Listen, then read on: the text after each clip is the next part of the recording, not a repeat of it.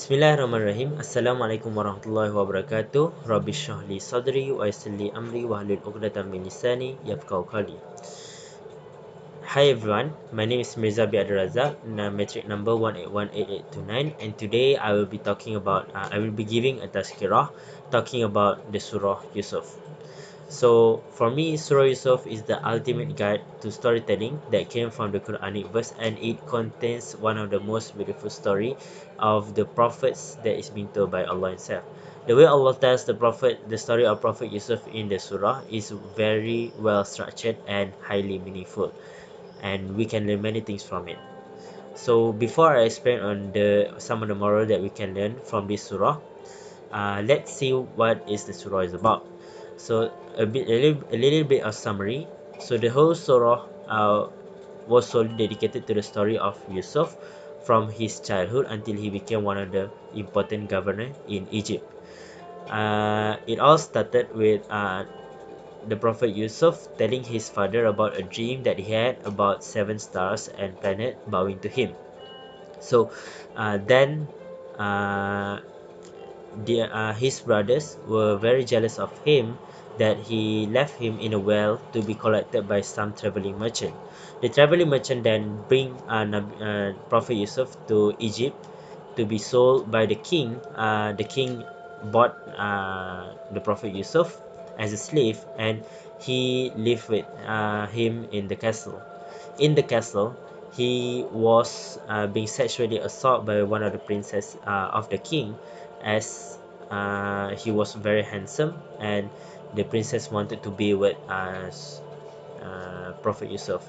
He was then being slandered by the king because the king wanted to preserve the name of the family, that he insists on staying in jail as to prevent him from uh, being vulnerable to any other threats in the if he were to live in the castle.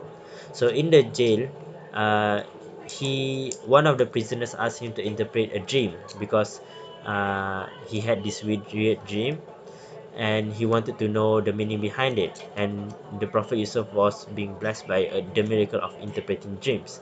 Knowing about this, the king asked the Prophet Yusuf to interpret his dream, and because of that, he thought that Nabi Yusuf as a wise man, that he asked Nabi Yusuf to be the governor that governs the economy of Egypt. So then, having some name in across Egypt, uh, his brothers knew about his being alive, and because he was very shame of they are very shame about their doings. uh, they came to Yusuf and asked him to come back home and see his father, as he was mourning his loss since he was childhood.